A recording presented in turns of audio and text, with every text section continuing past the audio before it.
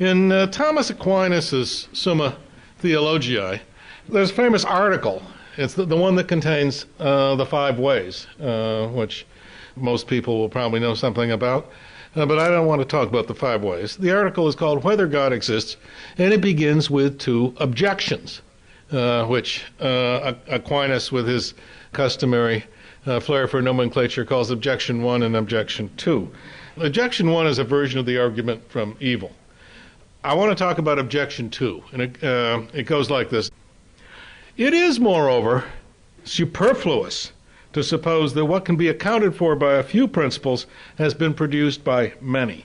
But it seems that everything we see in the world can be accounted for by other principles without supposing God to exist. For all natural things can be accounted for by one principle, which is nature, and all voluntary things can be accounted for by one principle, which is human reason or will. Hence, there is no need to suppose that a God exists.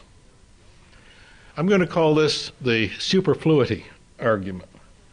Here's a formulation of the essential point of the superfluity argument in language that the modern mind may find more congenial than Aquinas' talk of principles.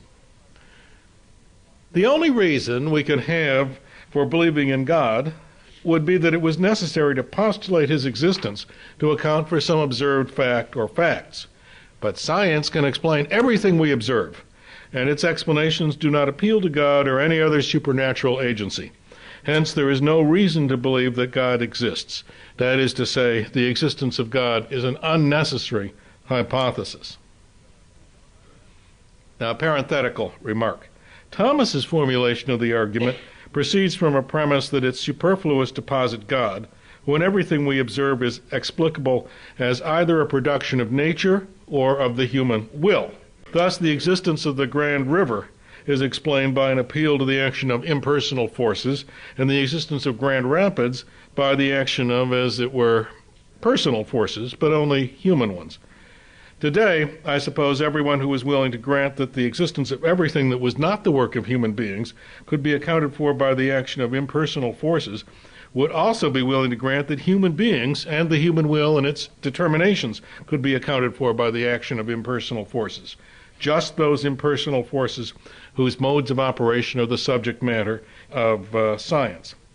For that reason, in restating the superfluity argument in modern language, I've allowed the statement, science can explain everything, to do duty for Thomas's all natural things can be accounted for by one principle, which is nature, all voluntary things by one principle, which is human reason or will. Okay, that's the end of the aside. The conclusion of the argument from evil is the proposition that God does not exist. There's all this evil, there wouldn't be if God exists, so God doesn't exist in its simplest form. So it's easy to see why that argument counts as an objection. Objection 1 in the section whether God exists is the argument from evil. It's an argument whose conclusion is that God doesn't exist, so you can see why that's an objection. But what about this other objection, the one we're looking at? The conclusion of the superfluity argument is not the proposition that God does not exist. It's not even logically incompatible with that proposition. The conclusion of the superfluity argument is that there's no need to suppose that God exists, or that in the modern jargon, that the existence of God is an unnecessary hypothesis. I take it that Thomas was not confused on this point. I take it that he was well aware that the conclusion of the superfluity argument, unlike the conclusion of objection 1, the argument from evil, is not the proposition that God does not exist. I take it that by calling the superfluity argument an objection, he meant only that if its conclusion, if true, constitutes a serious objection to accepting the proposition that God exists. Well, the superfluity argument, in one form or another, is well known to present-day atheists.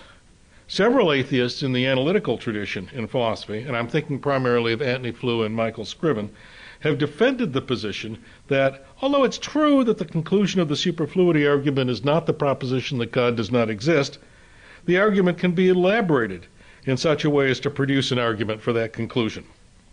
Others have defended a somewhat weaker thesis, that the premises of the superfluity argument imply that atheism is the only reasonable position as regards the existence of God. Well, I want to begin by asking whether the argument or some elaboration of it supports atheism. But the main questions I want to address tonight are these. Does the argument indeed show, and if so, in what sense, that the existence of God is an unnecessary hypothesis? That is, does the argument support agnosticism? But I begin with this question. Can the superfluity argument, as some have thought, be elaborated in such a way as to produce an argument whose conclusion is God does not exist? We could, of course, turn the superfluity argument into an argument for that conclusion simply by adding a premise. Say, if there's no need to postulate the existence of things of that sort, then nothing of that sort exists. But that premise wouldn't be very plausible. There's no reason to believe that there exist intelligent extraterrestrial beings within 1,000 light years of the Earth. No observed phenomenon requires us to postulate the existence of such beings. If someone believes that there are such beings, and many do, we can correctly point out that that person has adopted an unnecessary hypothesis. But it hardly follows that no such beings exist. And there's really not much more to be said about this. There is no way to turn the superfluity argument into an argument that is, in the strictest sense, an argument for the non-existence of God. That is, an argument whose conclusion is God does not exist. And yet, Flew and Scriven, people like that, they disagree. They believe that if there's no reason to think that a certain being exists, this fact implies that one should believe that that being does not exist. Insofar as arguments for this thesis can be found in their writings, they're all variants on what might be called the Santa Claus argument, or the Great Pumpkin argument. The idea is this. It's obviously irrational for an adult to believe in Santa Claus or in the Great Pumpkin or some other particular creature of childish fable. And when we think about the irrationality of such a belief, we see that it's due entirely to the fact that there's no evidence for the existence of Santa Claus or the Great Pumpkin or whatever. Here's a version of the argument that features Santa Claus. This is a direct quote from Michael Scriven. Why do adults, he asks, why do adults not believe in Santa Claus? Simply because they can now explain the phenomena for which Santa Claus's existence is invoked without any need of postulating a novel entity. As we grow up, no one comes forward to prove that Santa Claus does not exist. We just come to see that there is not the least reason to believe that he does exist. Santa Claus is in the same position as fairy godmothers, wicked witches, and the ether. The proper alternative, when there is no evidence, is not mere suspension of belief in Santa Claus, it is disbelief. This is wholly absurd. It's simply not true that the reason that adults don't believe in Santa Claus is that there is no evidence for his existence. First, the fact, if it is a fact, that there's no evidence for the existence of X, is no reason at all to think that X does not exist. The case of the intelligent extraterrestrials shows this. There's no evidence at all for the existence of intelligent terrestrials within 1,000 light years of the Earth. But assuming there's also no evidence for their non-existence, what it's rational to do is to suspend judgment about their existence, not to disbelieve in them. Secondly, it's flatly obvious that there is no, if you want to call it a hypothesis, there is no hypothesis better supported by the evidence available to us than the hypothesis that there is no person with the properties children believe Santa Claus to have. Well, maybe something exists, or there are conscious beings are better supported by the evidence, but it would have to be something like that. If you want to collect a small part of the inconceivably vast body of relevant evidence in your own person, you have only to stay awake by the Christmas tree all through Christmas Eve and Christmas morning, or collect testimony from parents about the source of the presents that appear under the tree, or visit the North Pole. I say nothing about the laws of physics, and so on, which forbid Santa Claus's activities. Although the parts of the world observable by 6-year-olds look the way they would look if Santa Claus existed, and the Santa Claus story has that feature by adult design, the parts of the world observable by adults do not look the way they would if Santa Claus existed. And the same goes, or almost goes, the evidence isn't quite as strong as in the Santa Claus case for fairy godmothers and for witches, if by witches we mean women who in reality have from the devil the powers that some women have no doubt believed they had, and had from that source. There certainly have been people who believe that they had such powers. And the same goes, or almost goes, the strength of the evidence is a few notches down from that of the fairy godmother evidence for the ether. It's not, the reason we don't believe in the ether is not that there's no evidence for its existence. It's because that there's superb evidence for its non-existence. The Michelson-Morley experiment would give different results at different points in the Earth's orbit if there were such a thing as the ether. So what Scriven is saying is just nonsense. If, as I've been maintaining, there's no way to turn the superfluity argument into a plausible argument whose conclusion is that God does not exist, it doesn't follow that the argument is useless to the atheist. Atheism can be supported by other arguments than arguments for the non-existence of God in this strict sense.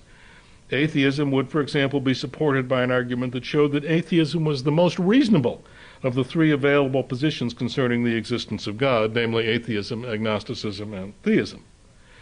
An argument for this conclusion, that atheism is the most reasonable of those three positions, could be derived from the superfluity argument if we added to it the following premise. If there's no reason to believe that a certain thing exists, then it's more reasonable to believe that it does not exist than either to believe that it exists or to suspend judgment about whether it exists. But again, that's not very plausible. Consider once more the case of the nearby, by cosmic standards, intelligent extraterrestrial beings. Since there is no reason to believe that such beings exist, the premise we are considering implies that it would be more reasonable to believe that no such beings exist than to suspend judgment about whether they exist. But that doesn't seem right. Suppose there are neither good reasons for thinking that such beings exist nor good reasons for thinking that they don't exist. Then, presumably, the rational thing to do is to suspend judgment about whether they exist. In any case, it certainly isn't more reasonable to believe that they don't exist than to suspend judgment about their existence. Well, some philosophers have tried to strengthen the conclusion of the superfluity argument by adding the following principle to its premises. If there is no reason to believe that a certain thing exists and its existence is highly improbable, then it's more reasonable to believe that it does not exist than either to believe that it exists or to suspend judgment about whether it exists.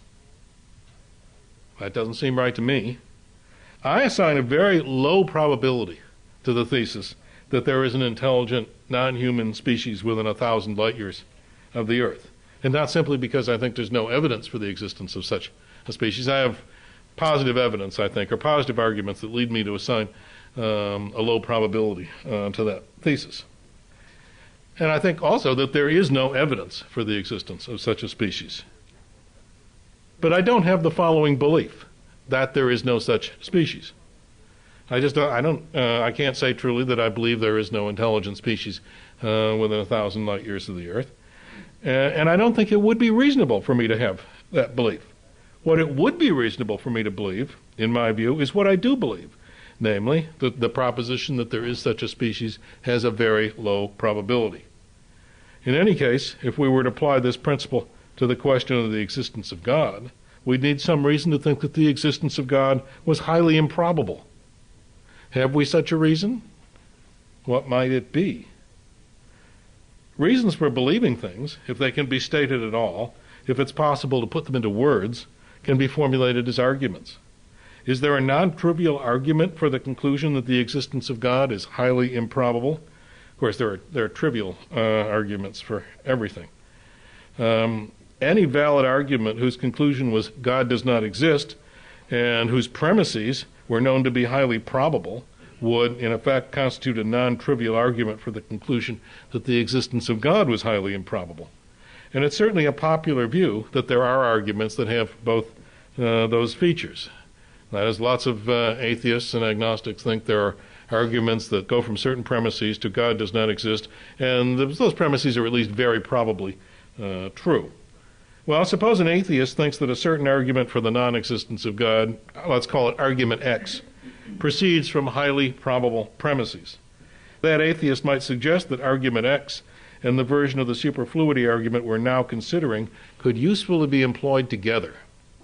Argument X, by itself, given the conjunction of, that the conjunction of its premises is highly probable but not certain, can lead those who have appreciated its force only to agnosticism, maybe a highly weighted agnosticism. I'm agnostic about whether the next card picked from the deck in a fair draw will be the four of clubs, but of course I think it's highly improbable that it will be the four of clubs. Still, I don't know. But if argument X and the superfluity argument are employed together, the atheist might argue, the above principle entails that we can establish the conclusion that atheism is a more reasonable position than agnosticism. But that suggestion represents the present version of the superfluity argument as functioning as an appendage to some other argument, as essentially completing the work that some other argument leaves unfinished. Maybe, say, the argument from evil shows that it's highly improbable that there's such a being as God. Then we look and we see that we don't have any evidence, positive evidence for the existence of God, and those two facts together then convince us that not just that it's improbable that there is no God, but that there isn't a God. But has the argument got any force in its own right, so to speak? Suppose, how is it just employed by itself and not as an appendage to some other argument? It may be that some who employ the version of the superfluity argument I'm now imagining would say that it was just evident that the thesis that God exists is highly improbable. That is, before we consider any evidence, before we consider the fact that there's a lack of evidence, just considering the thesis in itself, as it were, that it has a very low probability. Well, I make bold to say that these people are just wrong. And in any case, as I have said, the principle on which the argument rests is doubtful. That is, just because something is highly improbable, and just because we don't have any evidence for it, that doesn't follow from that we should believe that it doesn't exist, or that it's not true. So let's consider other possibilities. Some philosophers have advanced arguments that are very much like Thomas's superfluity arguments, but with the following premise added. If there's no reason to believe that a certain thing exists, and that thing, if it existed, would be very different from the things we know about through experience, then it's more reasonable to believe that it does not exist than either to believe that it exists or to suspend judgment about whether it exists. Well, since it seems reasonable to accept without further argument the thesis that God, if he exists, is very different from the things that we know about through experience, and I suppose sense experience is what's meant. I leave questions about religious or mystical experience aside. The revised argument may seem promising. I think, however, that the suggested new premise is, again, once more, not very plausible. Consider the hypothesis that there are intelligent beings somewhere in the physical universe that are vastly different from us and from everything in our experience. Wells's Martians wouldn't be different enough. I'm thinking of something like the intelligent cloud of intersidereal matter in Fred Hoyle's novel The Black Cloud, or a current favorite of science fiction writers, very flat beings inhabiting the surfaces of neutron stars. There's no reason to think that intelligent extraterrestrial beings very different from us and from everything in our experience exist, and no reason to think that they don't. Or at any rate, let's assume that there's no reason of either sort. The proposed principle then tells us that it's more reasonable to believe that such beings do not exist than to suspend judgment about their existence. And that seems wrong. We should be wary of supposing that a thing's being very different from the things we know about is even a weak reason for supposing it not to exist. As the biologist J.B.S. Haldane said, a staunch atheist, said, and he was endorsing Hamlet's well-known remark to Horatio, "Now, my own suspicion is that the universe is not only queerer than we suppose, it's queerer than we can suppose." A similar point was made by the dying atheist, who said, in response to his pious sister's suggestion that he consider the possibility of God and an afterlife, well, there's nothing so rum as it might not be true. If we take queer and rum to apply to that which is vastly different from anything we're familiar with, these two quotations rather support my point.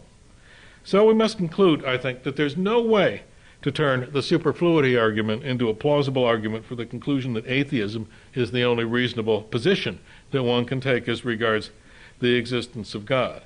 If it can indeed be established that there's no reason to believe in the existence of God, the most that can be got out of that premise is, unless in addition to having no reason to believe that God does exist, we also have some reason to believe that God does not exist, the most we can get out of it is that we should be agnostics, that we should suspend judgment about whether God exists. Still, that's very far from being a trivial thesis, even from the atheist's point of view. If it's right, then theism is not a tenable position.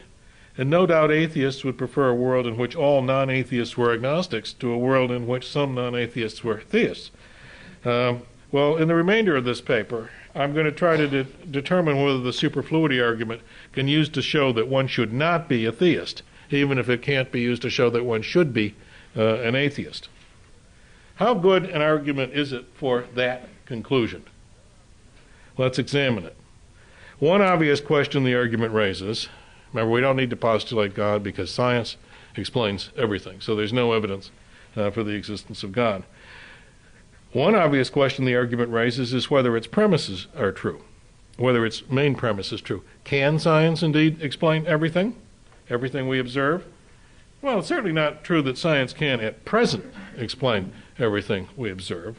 Perhaps the idea is that science will one day be able to explain everything we observe. But that's very far from evidently true. How can even a metaphysical naturalist be sure that we human beings are intellectually capable of discovering scientific explanations for everything we observe? It's certainly conceivable that the observable world outruns our capacity to understand it. Well, is the idea then that science can, in principle, explain everything we observe, given world enough and time and sufficient brain power? Actually, there could be other barriers to our achieving a complete scientific understanding of the physical world than our having insufficient time or insufficient intellectual capacity. It's entirely possible that we can't discover the correct laws of physics without employing some piece of experimental apparatus that it's physically impossible for us to construct, say a linear accelerator 1,000 light years long. But a more plausible thesis, a version of the thesis about scientific explanation would be this. There exists, in some Platonic sense, a purely scientific explanation for everything we observe, whether or not we human beings are able to discover it.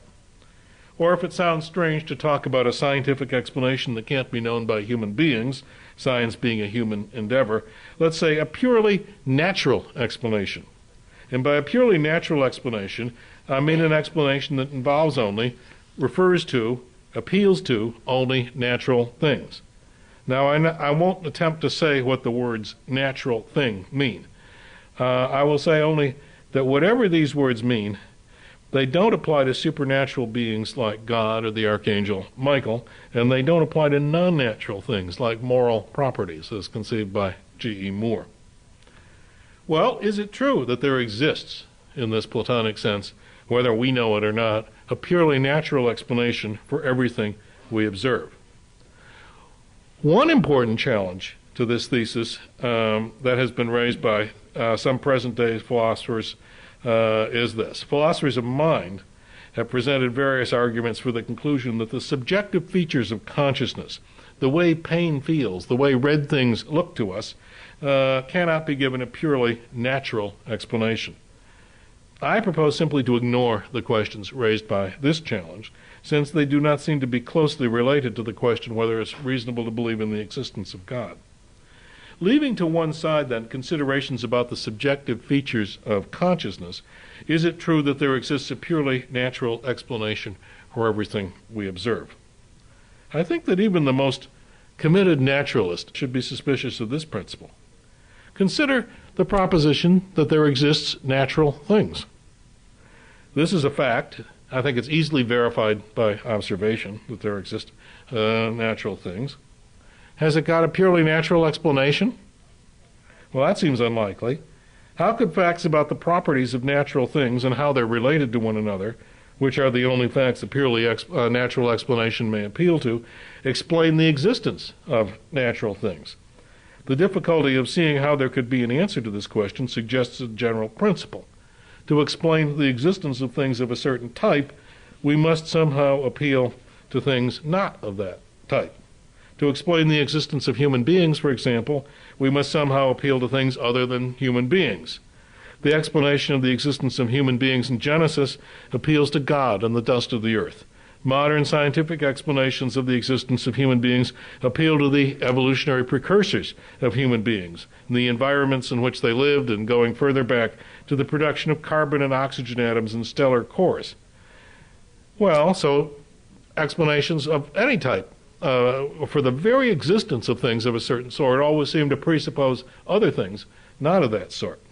If this plausible principle about explaining the existence of things of a given type is correct, there can be no natural explanation for the existence of natural things, for it implies that if there is an explanation of the fact that there are natural things, things other than natural things must figure in the explanation.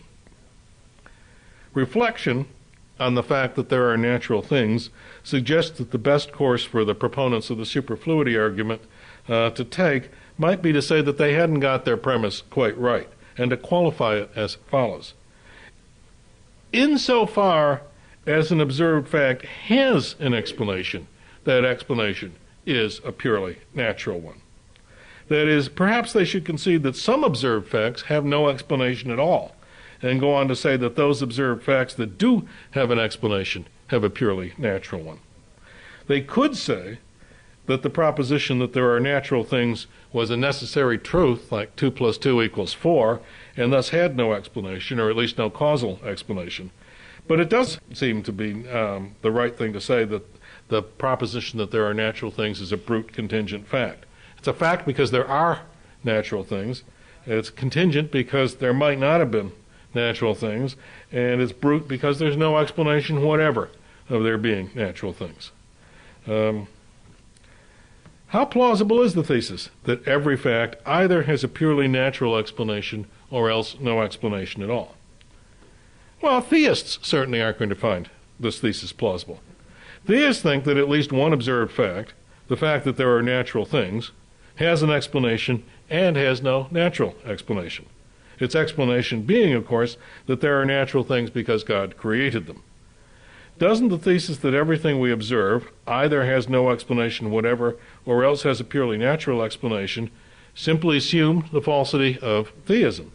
Those who grant the truth of this thesis will not need the superfluity argument and its rather weak conclusion. They have available an argument whose conclusion is not simply the superiority of agnosticism to theism, but the non-existence of God. And here's the argument. This is on the handout. Everything we observe either has no explanation whatever or else has a purely natural explanation. If God exists, something we observe has an explanation but has no purely natural explanation, namely the existence of natural things. Therefore, God does not exist. But that's not a very impressive argument, and its weakness does not rest on its second premise, which is obviously true, and the first one is the only one left. Here's an only very slightly simplified version of this argument. The world is uncreated. If God exists, the world is created. Hence, God does not exist. Neither of these arguments is likely to embarrass the theist, any more than the following argument is likely to embarrass the atheist. The world is created. If the world is created, a creator exists, or creators exist. Hence, a creator exists, or creators exist. Now, it's not always entirely clear to me what it means to accuse an argument of begging the question, but one can hardly find arguments that more clearly deserve to be called question-begging than these.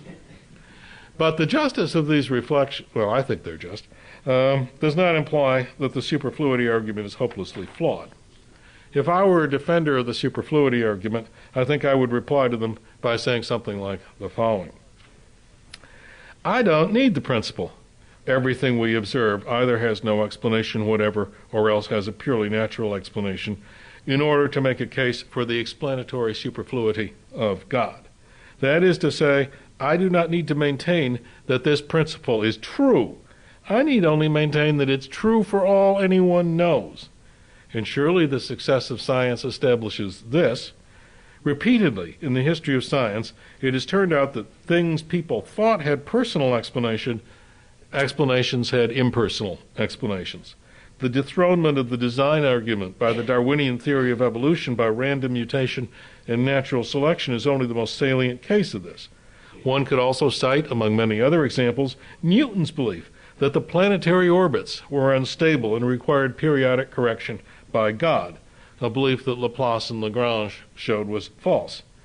Isn't it, at least, a very reasonable hypothesis, in the light of these examples, that no irreducibly personal explanation is required by any observed fact of nature, that every observed fact of nature either has an explanation that is ultimately impersonal, or else has no explanation?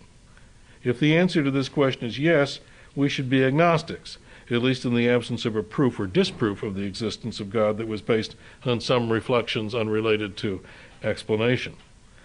No deep epistemological reflections are needed to establish this result. Here's a simple but exactly parallel case.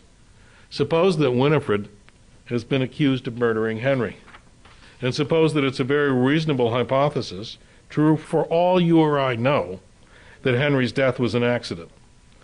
Then, at least in the absence of some cogent demonstration that Winifred didn't murder Henry, we should suspend judgment about whether Winifred murdered Henry. If she's accused, we don't know whether Henry's death is an accident. And if we don't know that she didn't murder Henry, then we should be suspending judgment about whether she murdered Henry. Well, that's the end of this rather long argument, which contains a great deal of rhetoric, I think. Here are the bare bones. For all anyone knows, everything we observe either has no explanation or has a purely natural explanation. So, as far as anyone knows, everything we observe can in principle be explained without reference to God, if it has any explanation at all. In the absence of a cogent argument either for the existence or the non-existence of God, therefore we should suspend judgment about whether God exists. But why should I concede? Why should anyone concede that for all anyone knows, everything we observe either has no explanation or a purely natural explanation? Remember that everything we observe either has no explanation or a purely natural explanation entails that God does not exist. For if God exists, then at least one fact has an explanation that's not a natural explanation, to wit, the fact that there are natural things. The above argument is therefore no better than this one. For all anyone knows, God does not exist. If, for all anyone knows, God does not exist, then we should also suspend judgment about whether God exists. Therefore, we should also suspend judgment about whether God exists. I say that the former argument is no better than the latter because I don't see any reason to accept, for all anyone knows, everything we observe either has no explanation or has a purely natural explanation. There wouldn't be an equally good reason to accept, for all anyone knows, God does not exist. All that the defenders of the first argument have given us, after all, are some reflections on the success of science in explaining observed phenomena in terms of natural objects and processes. They've given us no reason to suppose that the totality of natural objects and processes, that is, the natural world, has no explanation. Well, suppose the defender of the superfluity argument again falls back a bit and makes a stand on the following ground. We know of no consideration that forces us to believe that anything we observe requires a supernatural explanation of any sort. We should believe in God only if something we observe forces us to postulate a supernatural being. Hence, we should not believe in God. Well, suppose some theist were to reply to this argument by pointing out that there was a well-known argument whose conclusion that something we observe, namely the existence of a natural world, forces us to postulate a supernatural being or beings. The argument, of course, is the cosmological argument in any of its various forms. Well, the theist will no doubt be told that plenty of philosophers who understand the cosmological argument perfectly do not accept its conclusion, owing to the fact that they see no reason to believe that there is an explanation of any sort for the existence of the natural world. Therefore, the theist will be told, nothing we observe forces us to postulate the existence of a supernatural being. Now, this reply seems to be grounded on the following general principle. We should believe in supernatural beings only if some intellectual consideration forces us to. How could this principle be justified? Not, I think, by an appeal to the still more general principle that for any proposition whatever, we should accept that proposition only if some intellectual consideration forces us to. For one thing, the objector will find that an appeal to this principle is self-defeating. It would imply that one should be an atheist or an agnostic only if some intellectual consideration forced one to believe that atheism or agnosticism was superior to any competing position concerning belief in God. And obviously, no intellectual consideration has this power, owing to the fact that there are plenty of theists who are aware of all the intellectual considerations that have ever led anyone to be an atheist or an agnostic, and who nevertheless remain theists. An atheist or agnostic might, of course, maintain that these theists are unreasonable, and that certain intellectual considerations should force any reasonable person who considered them carefully to abandon theism. But then, of course, those who find the cosmological argument convincing might maintain that those who say that there is no explanation for the existence of the natural world are being unreasonable, and that certain intellectual considerations should force any reasonable person who considered them carefully to reject the thesis that the natural world has no explanation. In other words, it's kind of a cheap shot to say, well, all right, it doesn't force a large group of people to believe this. They don't regard themselves as forced, but they're being unreasonable. It's a cheap shot because anybody can take it at anybody, and it doesn't get anybody anywhere. So in any case, it would seem that all human beings have beliefs that aren't forced on them by the totality of the relevant intellectual considerations they are aware of. Most of our philosophical beliefs, if we have them, are like that. Here are two of mine: that we have free will, and that our thoughts and feelings are identical with certain physical processes in our brains. I believe these things, but many of my fellow philosophers do not.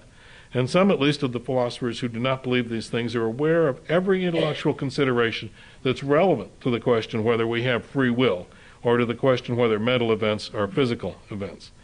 And I'm not willing to say that these philosophers are obtuse or irrational, not all of them anyway.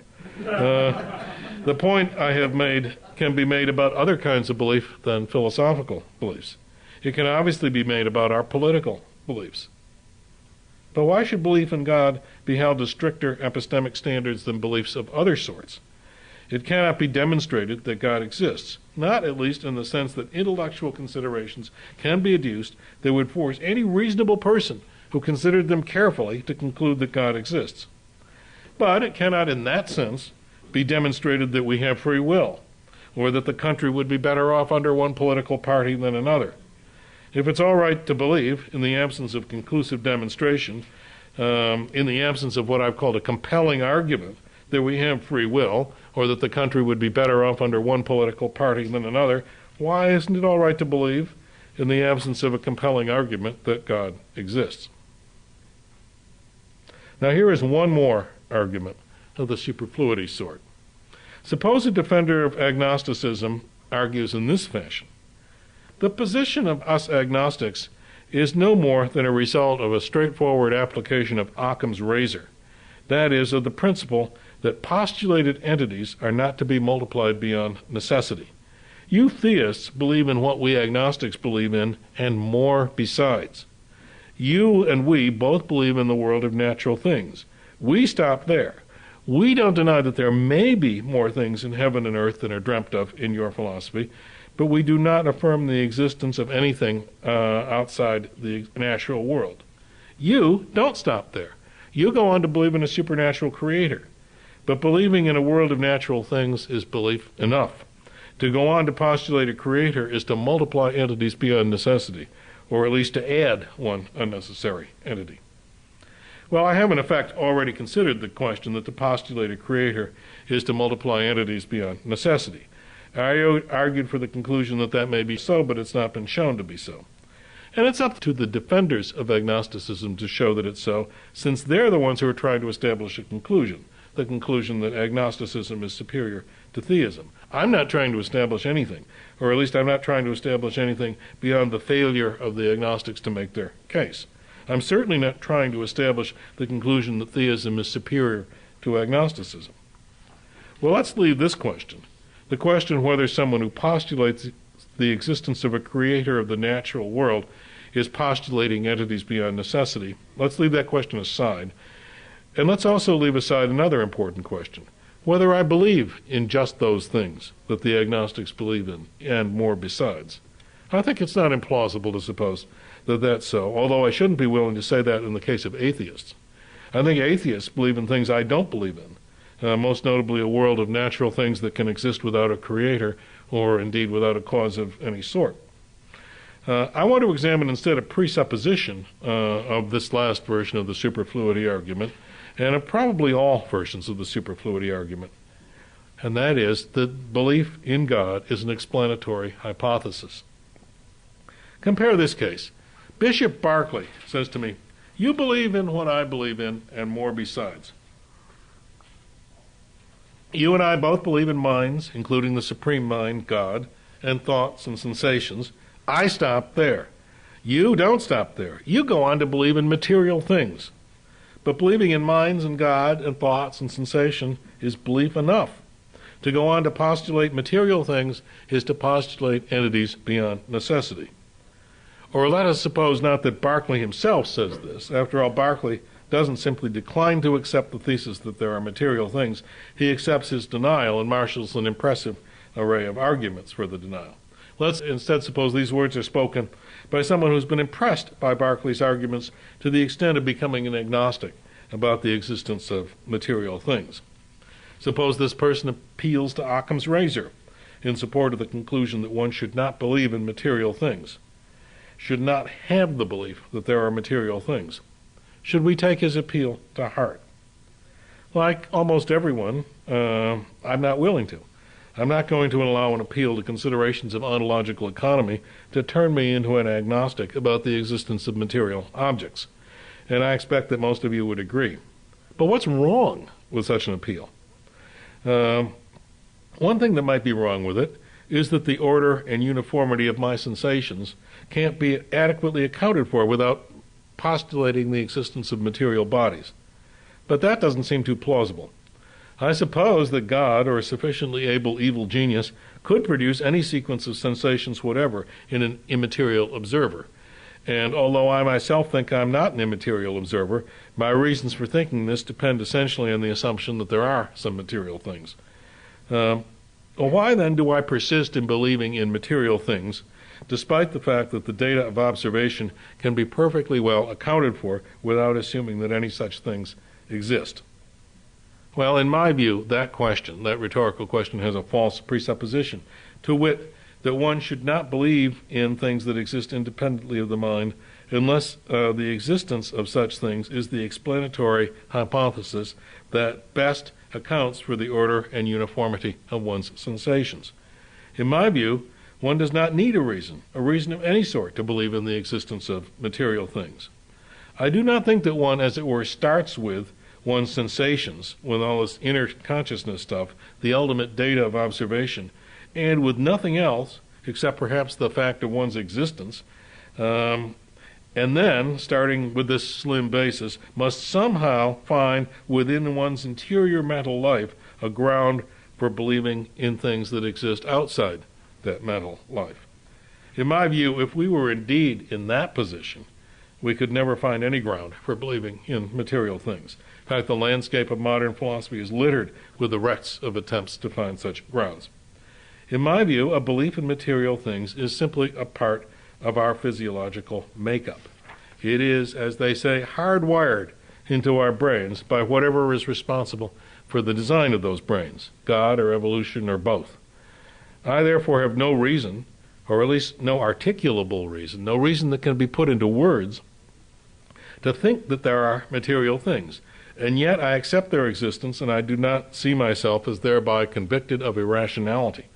If someone tells me that if I can deduce no articulable reason for believing in material things, then my belief in material things must be irrational, I'll reply that my critic has a mistaken and impossibly demanding theory of rationality. I want to say something similar about my belief in God. Why do I believe in God? Certainly not because I can write down some reason for believing in God that would force anyone who understood it to share my belief. There is no such reason. I often do, set out reasons for believing in God. But these reasons are not coercive. A person who understands them and is unmoved by them is not by that very fact irrational. And that's only to say every argument for the existence of God is a philosophical argument. Philosophical arguments are never coercive. As far as I can see, the reason I believe in God is that belief in God is built into me, and I would add into everyone else. As St. Paul says in the first chapter of his letter to the Romans, "For that which may be known of God is manifest among human beings. Indeed, God himself has made it manifest. The invisible attributes of God, his eternal power and deity, have been perceived since the beginning of the world, being understood through created things."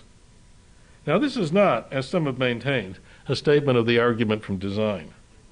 It's not a statement of an argument at all, any more than my observation, I call it an observation, that belief in material objects is hardwired into us is an argument. The thesis that belief in God is hardwired into all human beings immediately raises a difficult and important question. If that's so, why does not everyone believe in God? I'm not going to answer this difficult and important question. My excuse is that it doesn't really matter to my larger point whether belief in God is built into me, much less into everyone else. What does matter to my larger point is only my contention or admission that my belief in God is not based on, or is not based entirely on, stateable reasons or publicly available arguments. In this, my belief in God is like my belief in a material world, my belief that the human figures with whom I daily interact have interior lives, mental lives very much like my own, my belief in free will, my belief in an objective truth and an objective morality. And many of my beliefs that are too much concerned with particularities, the particularities of things to be called philosophical beliefs, are likewise not based on stateable reasons and publicly available arguments. My belief in the intellectual equality of the sexes, my belief that Marx and Freud have contributed nothing to intellectual history but rubbish, and my belief that it would be a grave mistake to legalize physician-assisted suicide are all in this category. I repeat, it's not that I can't produce arguments in favor of or reasons that support these beliefs. I can, and with the least provocation will, argue interminably with anyone who disagrees with me about free will or physician-assisted suicide or any of the other matters I've mentioned. It's rather that my beliefs about these matters are not based on, or at least not entirely based on, the arguments I would, if provoked, bring in their defense. Here's an analogy I hope will make my position clear. I once met a man who believed that the moon did not exist. That is, that it was a sort of optical illusion. Being unable to escape politely from the conversation he had forced on me, I asked him how he accounted for the tides. Now, in my view, if there were no moon, there would be no tides. There are tides, hence the moon exists. Would be a good argument for the existence of the moon if the person presenting the argument were in extraordinary circumstances in which